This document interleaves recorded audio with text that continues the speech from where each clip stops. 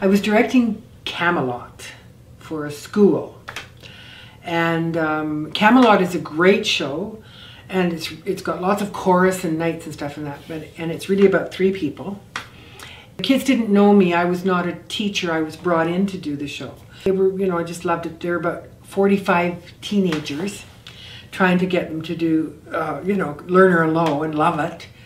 And a couple of things happened. I just began to start to make some of the students, the props people and the lights and assistants to directors, assistant stage managers, and just make them really involved and really have some responsibility, because I knew these kids were really at a great school, and they had the ability to do that. And that seemed to start the kids a little bit more accepting and going ahead with this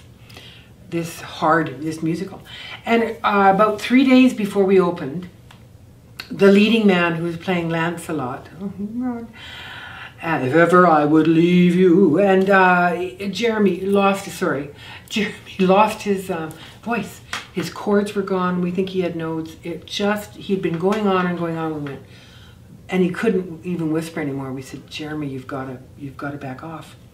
Oh, great! Now we need a Lancelot. So I don't know what I thought, except this young man was really impressing me.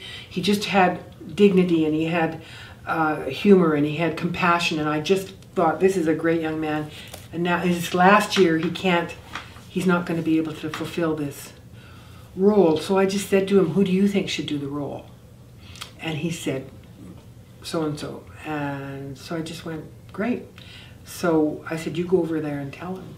So he went over and brought the fellow over, and it was all very good. And Jeremy really felt so much better. And it was just dealing with that. Those things can happen at the spur of the moment. This is a quick business. You're opening, you can't stop things. You've got to let them keep rolling. If the voice goes, you know, you can't fix it necessarily overnight. And I wish everything had been, everything else was fine, but the students were the people that really came through for me.